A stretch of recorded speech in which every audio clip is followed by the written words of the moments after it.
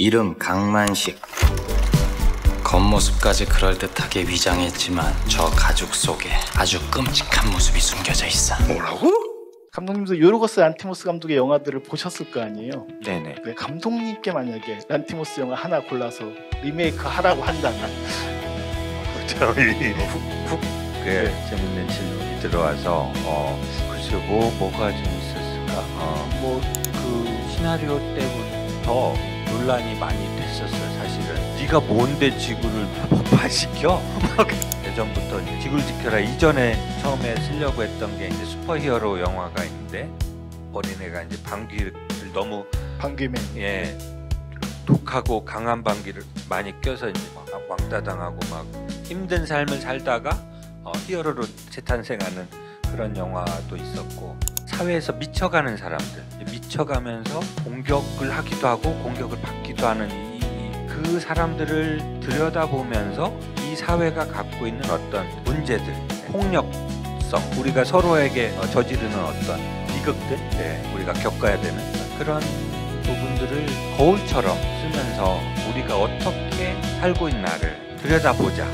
한 번쯤 지구를 지켜라는 좀 멀리서 보는 거고, 미션 이매진 같은 경우는 조금 더 현미경으로 보듯이 좀 그 사람 머릿속으로 들어가서 보는 그런 내용이었던 것 같아요. 그래서 그런 경향은 이제 계속 제가 제일 재밌게 놀 수 있는 어떤 놀이터 같은 부분이어서 그런 놀이터를 계속 만들려고 노력은 하는데, 이제 좀 너무 황당하거나 좀 너무 뭐랄까 꼭 뭐 생각만 하면 그렇게 돈이 많이 들어가는 생각을 많이 해요.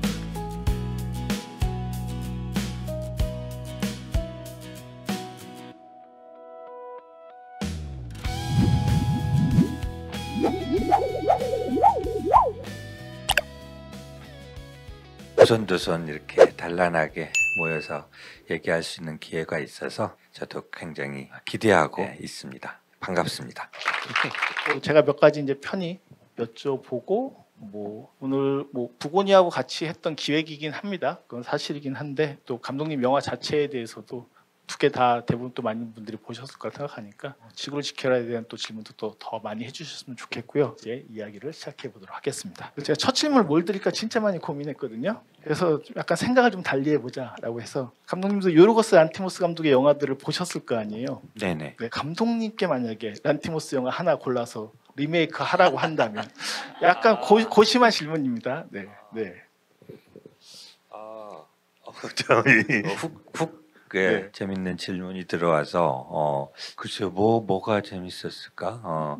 유명한 건 랍스터도 있었고, 아무 생각 없이 생각했을 때 킬링 디어 같은 영화가 좀 서로 교환하기 좀 좋은 약간 지구를 지켜라 비슷한 부분도 있었고요. 뭐 이렇게 감금해 놓고 뭐 이렇게 그런 부분들이라든지, 맨 마지막에 보면은 얘가 계속 저주를 거는 것 같으니까 그 가족들이 계속 위협에 당하니까 주인공이 자기 지하실에 가둬놓고 이제 막 협박하는 장면들이 있었죠. 그런 작품 어떨까? 어쨌든 그건 약간 초능력 내지는 약간 마법의 세계인데, 감독님 영화에서 물론 청소년 때 해당되는 화이라는 영화가 있었어요. 혹시 여러분들 아실지 모르겠지만 그 영화 생각도 좀 살짝 나기도 하고, 어떤 아이의 폭력성이라든가 그 세계의 어떤 동물성 같은 것들이 막 드러나는 영화에서 그런 느낌도 있는데, 지하실 맨날 감금만 하시는 거 아니에요? 감금이 기억나시는 거예요? 심지어 1987에도 감금 장면이 있죠. 근데 저는 그 영화는 그 소년을 연기한 그 배우도 너무 잘했지만 그 소년 캐릭터가 주는 어떤 묘한 서늘하면서도 계속 쪼여오는 어떤 그 긴장감, 불안, 두려움 이런 것들이 영화 전반적으로 흥미로웠던 영화였던 것 같습니다. 네, 그렇게 말씀 주시니까 감독님 영화가 기본적으로 계속 쪼여오는 게 있죠. 지구를 지켜라도, 근데 그 안에서 보면 킬링 디어도 얘가 정말로 그런 애야 아니야를 갖고 왔다 갔다 하는데, 여기서도 사실 강 사장이 정말 외계인이야 아니야를 갖고 왔다 갔다 하는 진실 공방전 같은 캐릭터 1대1 간의 어떤 싸움들과 긴장들이 있어서 선뜻 마음이 또 가실 수도 있겠다 싶기도 한데요. 네네. 그러니까 이게 지구를 지켜라도 선을 굉장히 아슬아슬 잘 타고 순이가 줄타는 장면도 나오지만 관객 가족들과 진짜 외계인일까 아닐까, 병구는 미친 걸까 아니면 아닐까. 천재일까, 뭐 이런 라인들을 이제 좀 잘 타고 가야 되는 영화여서 네. 예, 그런 부분이 또 비슷한 것 같기도 하고 재밌을 것 같습니다. 혹시 이거는 뭐 그냥 사담일 수 있는데 란티모스가 하겠다라고 하신 얘기를 들었을 때 뭐 어떠셨는지도 궁금하고 란티모스가 왜 선택했다라고 했는지 혹시 뭐 들으신 얘기들이 있었는지도 약간 궁금했습니다. 글쎄요. 일단 요르고스 감독님이 관심을 보였다고 했을 때 굉장히 좀 반가웠고요. 굉장히 개성 있는 감독님이잖아요. 감독들이 대부분 다 개성들이 좀 있긴 한데 그 중에서도 센 축에 드는 감독님이어서 일단 제 영화랑은 또 다른 맛의 지구를 지켜라가 나오겠구나라는 그 기대를 즉각적으로 할 수 있었던 것 같고, 네. 그리고 세트로 온 엠마 스톤 배우라 있어서 그게 한꺼번에 맞군요. 네네, 강사장 역을 여성으로 바꿨다. 바꾼 거가 이제 빛을 발하겠구나 이런 그 생각을 하면서 쾌재를 불렀던 것 같습니다. 네. 확실히 그렇죠. 백윤식 선배님에서 엠마 스톤을 바뀐 건 이 영화에서 가장 노렸던 부분 중에 하나가 아닌가 싶은 생각이 드는데, 그 외에도 이렇게 바꿨는데 좀 재밌었다라고 하시는 부분들이 어떤 게 있으셨는지도 좀 궁금했습니다. 우리 그 오리지널에서도 중간 중간 이제 우주에서 바라본 지구 그리고 이제 개기월시까지 며칠이 남았다 뭐 이런 게 이렇게 나오는데, 그거를 굉장히 재밌게, 그러니까 지구가 평평하다는 거를 믿는 사람들의 입장을 살짝 넣어가지고 네. 변형한 게 저는 란티모스 감독답고 또 저렇게 들어가니까 좀 더 재밌는 부분이 있구나, 색다른 부분이 있구나, 그렇게 생각했습니다. 저도 그 네모난 지구. 근데 그 책도 있어요. 국내 번역된 네모난 지구가 있다고 여전히 믿는 현존하는 사람들. 어떤 과학 철학자가 그들 만나서 인터뷰하고 책 쓴 지구가 평평하다 믿는 학회도 있어요, 실제로. 뭐 그래서 그런 부분들이 뭐 음모론의 대표적 사례처럼 여겨질 수도 있고 이 영화들의 소재이기도 한데, 그때 저는 이제 아쉬웠던 거, 저 개인적인 아쉬움은 뭐 여러 가지가 있었는데 가장 컸던 건, 왜 강사장은 풀려났을 때 이렇게 병구의 이제 기록들, 스스로 손 박힌 걸 빼고 병구의 일기를 보면서 지구나 인류에 대한 공포와 저 바보 같은 것들도 느끼지만 동시에 병구에게 연민도 느끼게 되는데, 부고니아에서는 그 연민 부분이 빠져 있는지 너무 한쪽 면만 있고, 병구의 일기라는, 물론 그건 되게 아날로그적입니다만 여기서는 컴퓨터 화면을 보면서 그렇게 지구인들의 한심한 행동들을 깨닫는 그 순간들이 좀 약간 단면화된 것 같은 느낌이 있어가지고, 그런 많은 부분들에서 약간 더 레이어들이 감독님 영화에서는 뭐 과거, 현재뿐만 아니라 연민과 공포라고 하는 것들이 막 왔다 갔다 한다면, 부고니아는 훨씬 더 심플하게 좀 가려고 했던 거 아닌가 싶은 생각이 들어서, 그게 저는 뭐 지구를 지키러 워낙 좋아하다 보니까 그런지 몰라도 그게 아마 많은 또 비교하시는 그 관점들에서 좀 아쉽게 느끼는 부분이 아닌가 싶었는데. 글쎄요, 뭐 아쉽다기보다는 갑자기 이제 막걸리 생각이 나는데, 지구를 지켜라가 5가지 맛이 있는 오미자 막걸리 같은 느낌이라면, 부고니아는 우리 동네에서 파는 개드라이 막걸리라는 게 있어요. 진짜 드라이한 막걸리. 단맛이 하나도 없고. 이름이 네. 개드라이는 아니죠. 이름이 개드라이요? 그렇게 아시는 분 계시는구나. 이 박사 신동 막걸리 메뉴가 있습니다. 광고하는 건 아니고요. 그런 느낌 아닐까 싶어요. 진짜 드라이하다는 느낌을 많이 받았던 것 같습니다. 요르고스 감독님의 영화는. 네. 인물도 약간 그런 것 같아요. 그러니까 인물도 뭐 사실 지구를 지켜라에선 순이의 역할도 꽤 크고, 나중에 구하러 오는 장면들도 있어서 되게 큰 역할을 하잖아요. 막 목 조르고 막 그럴 때도 뭐 그런 역할들도 하고, 그렇고 뭐 사실 형사들도 2명이나 지구를 지켜라에선 나오게 되면서 이제 선배인 인물은 이제 벌에 완전히 휘둘려서 죽게 되고, 또 그 밑에 형사들은 막 그 끝까지 이제 그 상황을 지켜보지만 결국 병고를 쏘게 되는 뭐 그런 복잡한 어떤 역할을 하는데, 여기선 경찰도 뭐 물론 옛날에 보모 역할을 했었고, 그게 아주 노골적으로 나오지 않지만 어떤 성적인 것과 관련된 어떤 뉘앙스의 성적 폭력들을 행했다라는 그런 뉘앙스들은 나오는데, 돈이라고 하는 특히 동생을 보면 이분이 꼭 필요했을까? 뭐 심하게 얘기하면 뭐 할 정도로 좀 훨씬 더 2명에만 거의 포커스가 맞춰져 있는 그런 느낌이 상대적으로 좀 들어가지고, 그런 부분들이 저는 뭐 이 영화에서 좀 아쉬운 부분, 뭐 드라이하면 드라이한 부분, 이긴 했었는데 감독님은 어느 인물이 좀 아쉬웠을까? 혹은 어떤 부분이 더 크게 매력을 느끼셨을까? 저한테 이제 사전에 말씀 주셨던 게 좀 배우 얘기는 할 게 있어요라고 말씀하셔가지고 궁금해서 또 여쭤봅니다. 아니 저는 이제 배우 얘기할 거는 그 엠마 스톤하고 제시 플레먼스의 그 연기가 굉장히 너무 좋았다.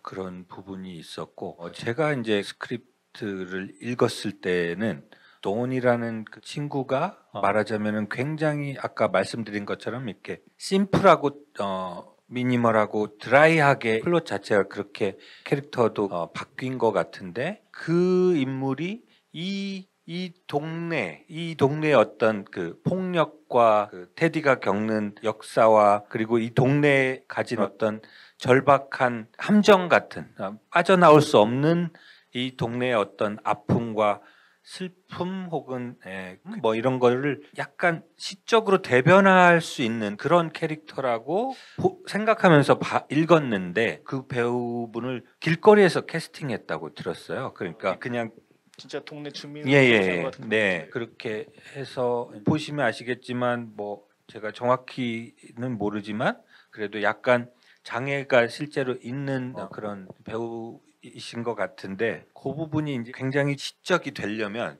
디테일한 연기가 잘 쌓아져야 돈이라는 캐릭터가 이렇게 좀 마지막에 극단적인 선택을 할 수밖에 없는 그 부분이 굉장히 저는 또 원작이랑 다르게 굉장히 강렬하고 슬프게 느껴졌었거든요. 그런데 말씀하신 것처럼 더 많이 신경 쓰다 보니까 오히려 좀 캐릭터 자체가 밋밋해 보일 수도 있는 그런 부분이 없잖아 있지 않았나 생각해 봅니다. 엠마 스톤 연기 너무 좋죠. 저는 그렇게 머리 밀고 그렇게 딱 했는데 어떻게 저런 매력이 계속 나올 수 있는 거. 우리 백윤식 선배님하고 또 완전 다른 매력이어서. 네네. 저는 이제 그 캐릭터를 여성으로 바꾼다는 건 굉장히 좀 큰 뭐랄까 도박 같은 거였어요. 특히 이제 여성을 납치해서 감금해서 막 고문하고 뭐 이렇게 괴롭히는 거를 될까 하면서도 근데 만약에 되면은 이거는 진짜 영화사의 가장 강렬한 여성 캐릭터 중에 하나가 될 수도 있겠다. 가장 강렬하게 다가오는 그런 욕심을 가졌던 것 같고요. 근데 엠마 스톤 뭐 거의 혼자 하드 캐리를 한다 싶을 정도로 너무 잘하고 멋있어진 것 같습니다. 맨 마지막에 그 정장 입고 다시 회사에 복귀할 때 그 다리 저는 연기를 보는데 저는 것 같으면서도 그걸 계속 견디면서 움직이는 그 미묘한 역동작은 어떻게 저런 몸의 표현을 하고 있지라는 약간 좀 보면서 눈이 약간 휘둥그레질던 것 중에 그 어떤 장면보다 되게 놀랬던 장면 중에 하나였던 것 같아요. 엔딩과 클라이막스 부분에서 이제 간단한 질문인데요. 하나는 어쨌든 병구가 경찰에게 총을 맞아가지고 죽는 거와 달리 여기서는 진짜 첫 번째는 다른 이상한 공간으로 가는 게 아니라 그 오피스가 되게 중요한 공간이라는 것도 좀 신기했지만 엠마 스톤의 미셸의 그 곳이 결국 우주와 연결된 공간이라는 것도 재밌는 새로운 해석인데라는 생각이 들었지만 그 안에서 타서 갈까 말까 분명히 못 갈 것 같은데라고 했는데 머리가 그렇게 폭파돼서 굴러다니는 모습은 약간 예상 못했던 전개 방식이었거든요. 어떻게든 죽일 텐데 어떻게 죽일까라고 했을 때 그 부분 약간 좀 깜짝 놀랐습니다. 어떠셨는지 약간 궁금했습니다. 네, 그 전자계산기를 꺼내들면서부터 좀 되게 이런 방법도 있구나 좀 재밌다 생각이 들었고 저는 결말을 알고 있는 이게 좀 재밌는 방법이다라고 생각이 들었는데 저도 뒷부분은 제가 봤을 때하고는 달리 약간 엔딩은 수정이 돼 있더라고요. 스크립트가 제가 못 봤던 버전이어서 저도 그냥 놀래면서 봤는데 그렇게 막 머리가 날아다닐 줄은 저도 몰랐고 나홍진 감독의 추격자 이후로 그렇게 머리를 적나라하게 보여주는 건 오랜만이다. 약간 슬래셔 무비적인 요소들이 확 들어오는 순간이어서 그리고 이제 어쨌든 감독님 영화에서 제가 처음 2003년도에 시사회 가서 영화 지구를 지켜를 봤을 때 깜짝 놀랐던 거 정말 지구를 폭파시키면서 끝나네. 이거 뭐지? 여태까지 그 많은 B급 영화를 봤어도 잘 보지 못했던 방식이었는데 이건 어떻게 끝낼까 되게 궁금했었거든요. 그냥 뭐 한국도 나오죠. 한국 장면도 이제 나오고 온갖 곳들이 뭐 학교 교실 장면도 나오고 한국의 건물들도 살짝 보이는데 다 마치 그냥 자연 멸종하는 것처럼 고양이나 멍멍이들은 또 다 살아 있는데 그 멸종 방식이라는 건 목파만큼은 좀 강렬하진 않아가지고 그러니까 이제 처음에 벌의 군집 붕괴 현상에 대해서 이제 설명하면서 영화가 시작되잖아요. 그런 것처럼 원작에서는 이제 지구 자체를 이제 폭파시켰지만 여기서는 이제 인간의 멸종을 가지고 동물들의 어떤 또 다른 아름다운 지구가 될 수 있다 뭐 이런 느낌이어서 저도 말씀드렸다시피 그 엔딩 쪽은 조금 제가 본 스크립트랑 좀 많이 바뀐 부분이었고 제가 듣기로는 고향이기도 한 그리스 파르테논 신전에서도 그걸 찍기를 원했었으나 그리스 정부에서 관광청에서 고민 끝에 이건 안 되겠다. 우리 관광 상품을 이렇게 근데 되게 재밌는 장면이 나왔을 것 같아요. 그 우리 문명의 상징 같은 그곳에 관광객들이 다 죽어 있고 장면이 나왔으면 되게 재밌었겠다. 그게 잘 성공을 하면 마치 밈으로 파르테논 신전 앞에서 떠들 수도 있을 것 같은데 상상력이 좀 그리스 분들이 좀 부족해도 아쉽습니다. 그리고 이제 한국 장면이 들어간 것도 사실 원작에 대한 존중하는 의미에서 아마 그렇게 한 걸로 알고 있습니다. 엔딩 크레딧 부고니아 보시다 보면 마치 외계어 같은 게 가운데 있어서 그 엔딩 크레딧을 보고 나가야 되는 거야 막 갈등하게 만들잖아요. 그러다가 맨 마지막 거의 끝날 쯤에 보면 원작 장준환 각본 감독 그리고 이제 지금은 이 판권이 CJ에 가 있지만 그래서 이제 리메이크 할 때도 CJ에서 추진해가지고 했었지만 원래 이제 사이더스 영화였었거든요. 그때 사이더스의 차승재 대표님이 지구를 지켜라 하고 그 살인의 추억 두 개를 같이 묶어서 투자를 받았다고 제가 들었었거든요. 그래서 둘 중에 하나는 잘 될 거야. 근데 하나가 망하면 그래도 다 리쿱 되니까 걱정하지 마라고 해서 투자자들을 설득했다고 했는데 안타깝게도 이제 감독님 영화가 그 당시에는 안 된 거가 제게 됐죠. 다만 그나마 하나라도 잘 돼서 다행입니다. 근데 거의, 이렇게 리메이크가 됐으니까 그건 또 사실 다른 역사를 또 만들었다라고도 얘기를 할 수 있어서 이게 거의 22년 만에 리메이크가 또 된 셈이니까요.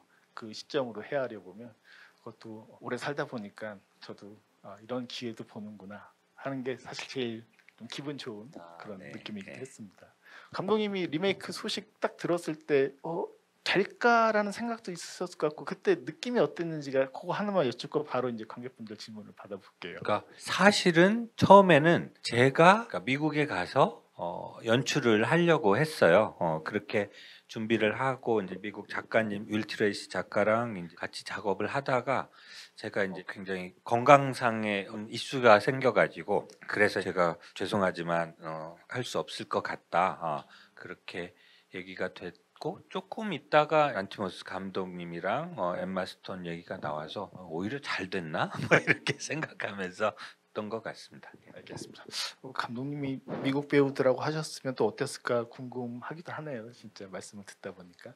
그럼 저희가 마이크 지금 준비되어 있으니까요. 손 들어주시면 질문 받도록 하겠습니다. 여기 계신 남성. 네, 안녕하십니까. 일단 영화 굉장히 잘 봤고 이제 질문 드리게 되어서 영광입니다. 우선 작중에서 강 사장의 머리가 밀리고 다리가 다쳐 걷는 모습뿐만 아니라 말미에 병구를 때리는 모습이 그 인간이 유인원으로 태아된 스페이스 오디세이 오마주 시퀀스랑 좀 오버랩되는데 저는 이제 그 장면 보면서 이 안드로메다 외계인들이 굉장히 고귀한 척하지만 인간이랑 본성이 좀 같다고 느꼈습니다. 근데 이 동족을 학살하는 종족은 인간밖에 없다는 말을 했음에도 불구하고 형사가 병구를 죽임으로써 강 사장이 풀려나는 장면에서 좀 아이러니함을 느꼈는데 이런 아이러니함에도 불구하고 외계인들이 지구를 희망 없다는 이유로 파괴한 결말은 외계인들 입장에서 이 자신들의 모습을 복제한 이 인간에게서 동족 혐오를 느낀 건지 아니면 저런 지구를 파괴한 결말을 선택하신 이유가 궁금합니다. 그 시나리오 때부터 더 논란이 많이 됐었어요. 사실은 제가 모니터를 위해서 이제 동료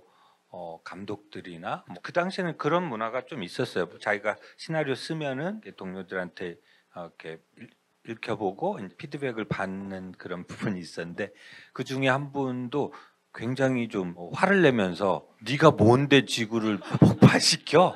그러면 그것도 영화 제목으로 괜찮은데 네가 뭔데 지구를 폭파시켜? 그거 괜찮네요. 네. 그랬던 적이 있는데 저도 이제 굉장히 고민을 많이 하고 선택했던 거예요. 하지만 그 장면이 있었기 때문에 제가 거기를 향해서 달려갈 수 있는 어떤 작업을 하면서는 엔진 같은 부분이었던 것 같습니다. 그렇게 지구를 폭파시키는 장면을 그냥 영화이긴 하지만 한번 보면서 우리는 또 어떤 종족인가 사람인가 그리고 그 지구 안에 있는 어떤 아름다움과 즐거움과 사랑과 이런 것도 많지만 또 엄청나게 큰 혐오와 폭력과 이런 것들이 뒤섞여 있는 말하자면 일종의 충격요법 같은 거를 한번 해보고 싶었던 영화적으로 그게 그런 욕심이 컸던 것 같고요.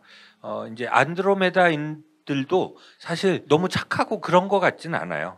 제 생각에. 근데 그렇죠. 공룡 시대 때 내려와 가지고 바이러스를 퍼뜨린 장본인들이잖아요. 네네네. 위생 문제를 소홀해 가지고 그렇게 멸종을 시키고 그랬으니까. 근데 이제 제 생각에는 그들도 어떤 임계점, 한계를 보고 그들의 이제 문명이 훨씬 더 생물학적으로 이렇게 바이오 케미컬적으로 이렇게 발달돼 있다면 이게 손 쓸 수 없는 단계에 가 있다. 그리고 말하자면은 인간 안에 이제 어떤 뭐 코로나가 들어와서 이제 우리 폐를 이제 망가뜨렸을 때 바이러스를 다 여기서 일일이 잡아내서 나노보수를 빼낼 수 없다면 이거는 그냥 이렇게 하는 방법밖에 없다고 결론을 냈다. 그런 생각을 하면서 혼자 그렇게 막 만들면서 그렇게 믿고 과감하게 지구를 폭파했습니다. 죄송합니다. 감독님 말씀 듣다 보니까 좀 부고니아의 코로나 얘기가 좀 더 많이 나올 거라고 생각을 했는데 언급은 되긴 하지만 생각보다 그 바이러스 문제들을 그냥 쑥 지나가길래 약간 포스트 코로나 시기가 좀 지나간 건가라는 생각이 들기도 했고 혹시 뭐 애초에 시나리오 안에는 좀 더 표현된 게 혹시 있었는지 좀 궁금합니다. 사실은 제가 학색 작업을 조금 했었어요. 그러다가 이제 제가 건강과 생긴 건데 이제 제약회사 CEO니까 사실은 여기 코로나 같은 게 퍼져서 이 회사에서 전 인류를 상대로 약을 팔고 있다. 그리고 정부가 돈을 좀 가난해서 못 준대요. 그럼 막 이렇게 막 짜증내면서 미셸이 막 그것 때문에 막 격투기 연습하고 뭐 이런 약간 그런 캐릭터로 제가 생각을 하고 그러니까 그게 이제 말이 되는 거죠. 나중에 이렇게 한꺼번에 인류를 절멸시킬 수 있는 어떤 그 토대를 마련해 놓은 그런 거를 이제 생각했었는데 아무튼 감독님의 리메이크 하실 계획이 있었으면 그런 게 좀 더 부각이 그러니까. 됐었겠군요. 이런 회사들이 갑자기 확 코로나 시기 때 커진 것도 사실이니까요. 네, 그 인류가 막 그 절멸할 위기처럼 막 그렇게 그 무섭게 만들면서 공포를 조장하면서 그러면서도 약을 깎아주지를 않았거든. 그때 그렇죠, 뭐 물량 그렇죠. 모자란다고 그러면서 맞아요. 자꾸 이렇게 비싸게 팔려고 그러고 때는 이때다 뭐 이러고 그랬던 기억이 있어서 그런 식으로 하면은 좀 더 뭐랄까 논리적으로 이게 네, 맞기도 네. 하고 재밌기도 하겠다 뭐 그런 생각을 했었던 것 같습니다. 우선 영화 잘 봤습니다. 간단한 질문이 2개 있는데요. 원래 구상했던 결말과 영화에 담긴 결말이 연출이나 여러 방면에서 달라진 부분이 있는지 궁금하고요.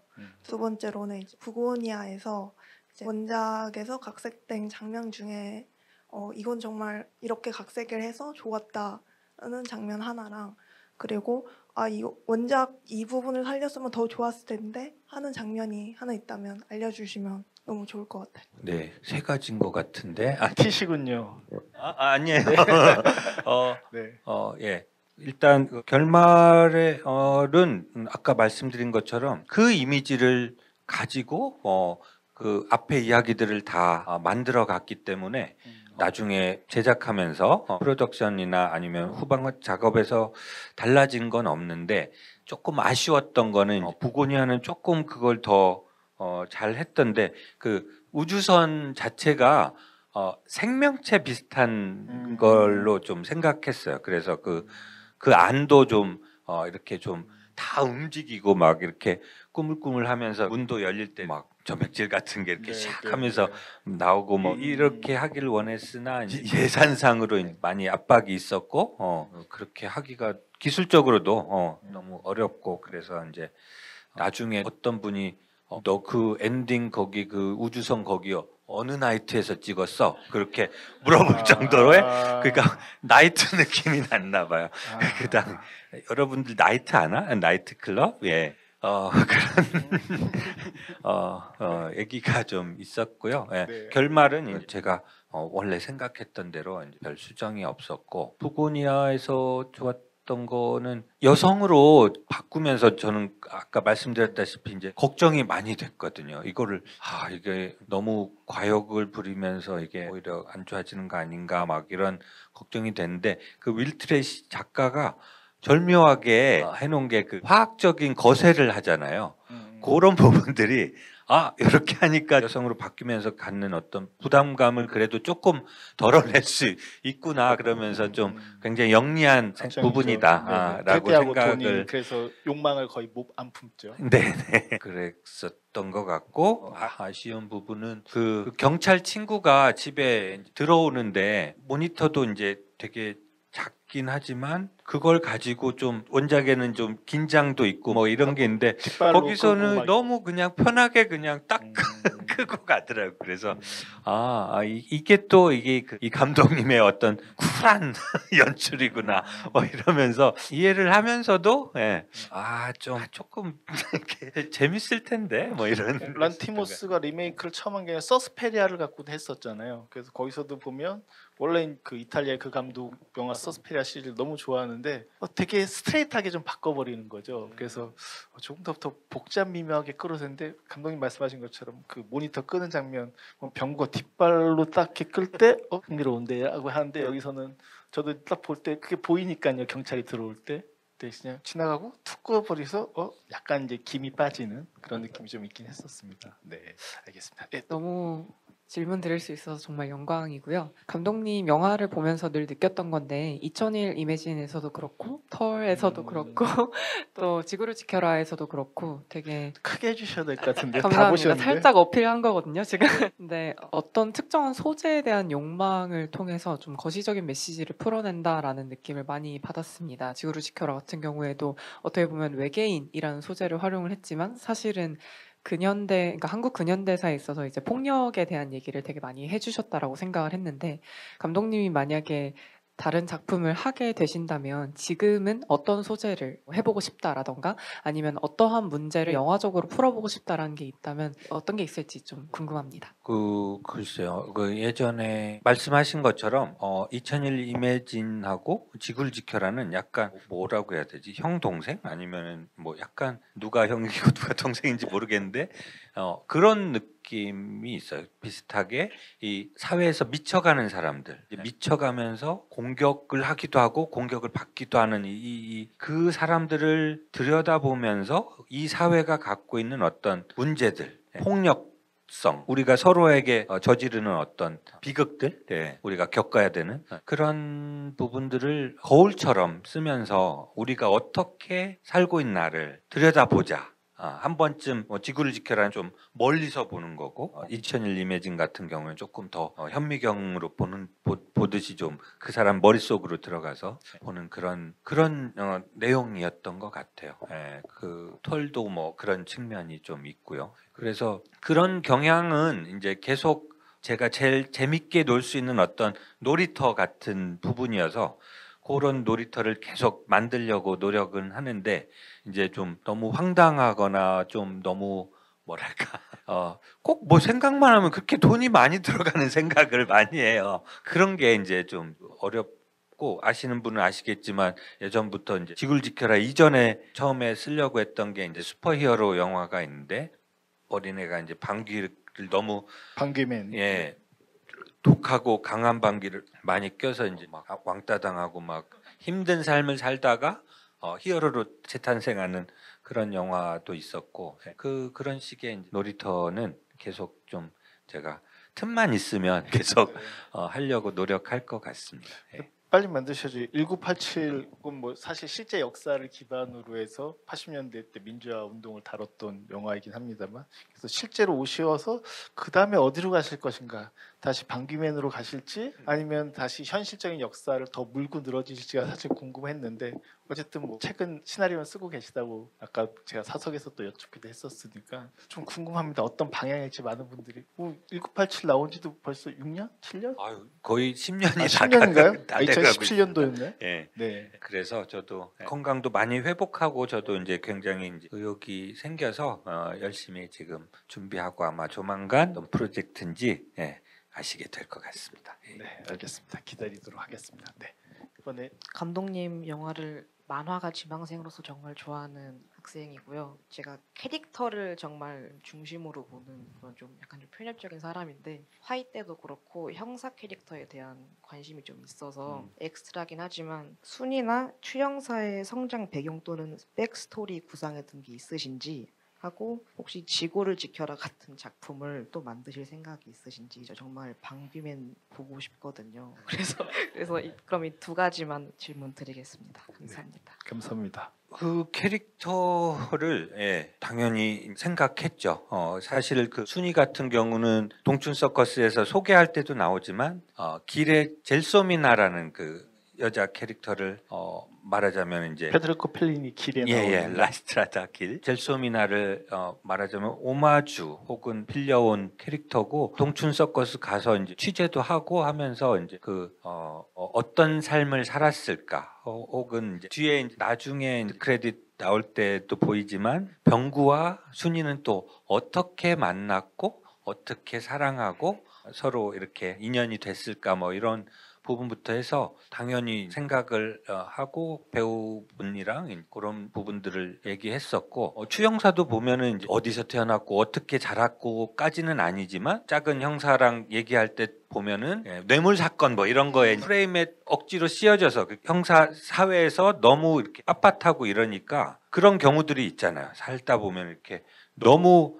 깨끗하고 빳빳한 사람들은 이 모두가 동의하는 어떤 범죄 마인드를 동의하지 않으면 이제 같이 물어 뜯어 죽이는 그런 인물로 좀 상정을 해서 그래서 이제 나중에 병구가 삶의 어떤 고통을 막 얘기하고 했을 때 추형사도 나도 그런 경험이 있어서 안다. 다 토해내고 나면은 그나마 이제 살아갈 실마리가 이제 잡을 게 생긴다. 뭐 이런 식으로 이렇게 그 같이 공감할 수 있는 이 라인을 만들어 주면서 그럼에도 불구하고 서로 이렇게 총을 겨누고 이럴 수밖에 없는 어떤 그런 아이러니를 좀 만드는데 형사 캐릭터들은 좀 집중했던 것 같아요. 김형사도 보면은 이 사람을 사실 형사들 중에는 제일 많이 연민하고 알고 이 비극에 대해서 이제 안타까워하지만 결국엔 자기 손으로 죽여야 되는 그런 아이러니들을 좀 잘 만들어 보자.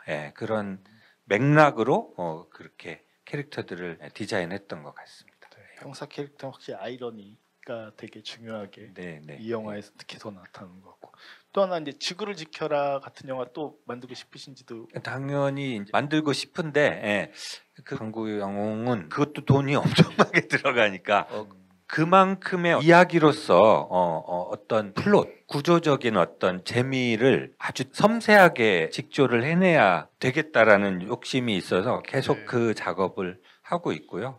그래서 언젠가는 이건 됐다.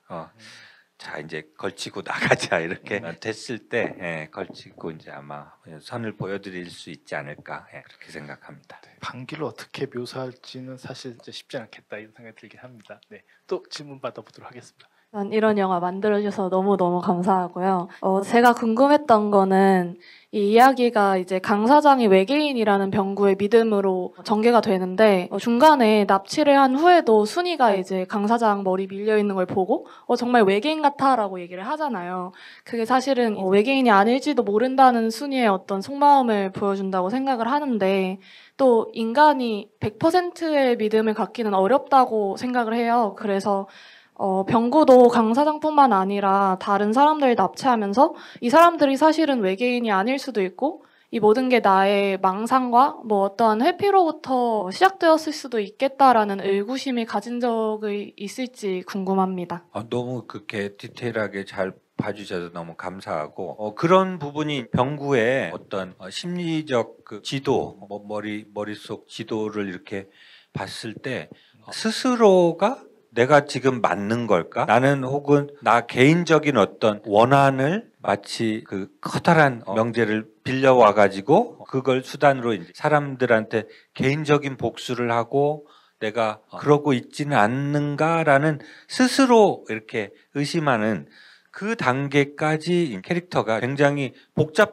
굉장히 복잡한 캐릭터죠. 그래서 맥락에 꼭 맞는 말은 아니지만 중간에 이제 병구가 약을 막 취한 상태에서 비 오면 엄마 뭐 몽둥이가 물에 묻혔는데 어떡할까 막 이런 대사 같은 것도 사실은 보면은 자기 어렸을 때의 아버지의 폭력과 이제 우산이라는 그 느낌 그리고 비가 온다 뭐 이런 심리적 불안과 뭐랄까 조울과 막 이런 것들이 그 캐릭터 안에 다 녹아 있는 그런 식으로 좀 생각을 했던 것 같아요. 근데 감독님 영화에서 어떤 믿는다는 행위는 되게 중요하게 다 다뤄지는 것 같아요. 뭐 1987에 김태리 씨가 연기했던 연희 같은 경우도 사실 현실의 어떤 그 문제들을 약간 외면하고 있다가 결국 동참하면서 끝나는 영화잖아요. 그런 거 보면 우리가 보는 현실을 믿는다는 게 감독님의 가장 또 큰 관심사가 아닌가 싶은 생각이 들기도 하는데요. 네, 그런 것 같습니다.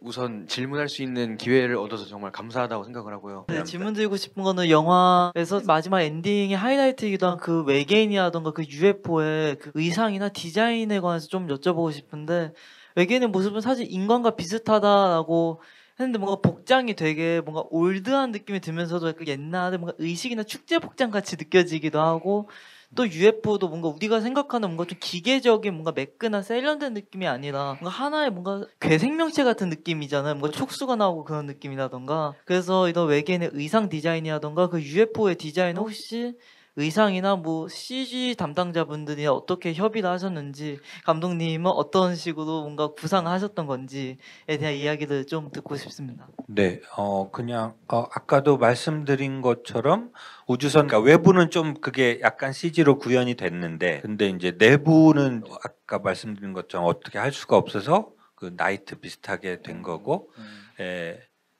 그리고 그러면서 이제 미술 감독님하고 같이 상의하면서 이제 병구의 히스토리 그러니까 나중에 우산 액세서리가 있잖아요. 그런 것처럼 그것만 좀 맥락을 같이 만들어가고 사실 나머지는 미술 감독님의 어떤 테이스트와 이런 것들이 많이 들어간 그런 부분입니다. 그래서 미술 감독님이 진짜 고생 많이 했어요. 미술팀이 그걸 다 막 실리콘 같은 걸로 이렇게 평면에 막 그리다시피 해요. 그래가지고 그걸 쭉 뜯어내면은 이제 그 의상 앞에 이렇게 딱 걸치는 뭐 이런 그 소품이라든지 뭐 이런 것들 만들어내고 없는 걸 일단 만들어내야 되니까 그걸 다 제작하느라고 아마 고생 많이 하셨고 백 선생님도 그 큰 거를 쓰고 이렇게 물론 앉아 계시긴 하지만 촬영했던 기억이 있고요. 공간이 한정돼 있어서 그렇지 미술만 따지면 그 밀도는 대한민국에서 나온 영화 중에서 뭐 사극들도 다 저리 가라는 만큼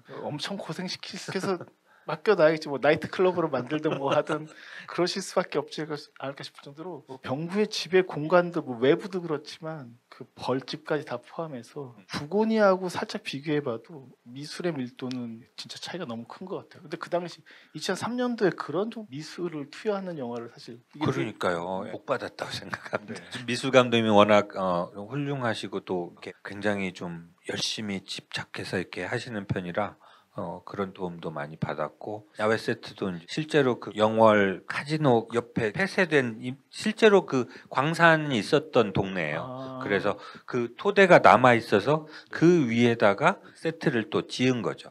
그 콘크리트 그건 남아 있었기 때문에 그렇게 해서 짓고 남아 있었고 알겠습니다. 또 혹시 이제 마지막 질문으로 하도록 할게요. 개인적으로 좋아하는 영화를 영화관에서 볼 수 있게 돼서 너무 좋았고요. 사실은 지구를 지켜라라는 영화가 B급 영화처럼 보이지만 사실은 내용 자체가 되게 우울한 이야기잖아요. 병구의 인생 이야기라든지. 근데 중간중간 약간 웃음이 터지는 대사나 장면들이 있었는데 약간 예를 들면은 그 영화 초반에 강 사장 대사 중에서 뭐 무슨 매년 어머니의 생일이 있냐 이런 대사라든지 뭐 외계인들의 모습이라든지 그런 장면들이 되게 저는 개인적으로 되게 웃겼거든요. 그래서 감독님이 시나리오를 쓰실 때 여기서는 꼭 웃겨야겠다 하면서 개그 욕심이 있었던 그런 대사들이나 장면들이 있었는지 궁금합니다. 방금 말씀해 주신 그 대사도 굉장히 좀 뭐랄까 재밌겠다 해서 썼는데 막상 영화를 상영하고 보니까 한 15% 정도 관객들이 크크크 그것도 한 약간 딜레이가 있어요. 그러니까 약간 한 0. 몇 초 무슨 소리지?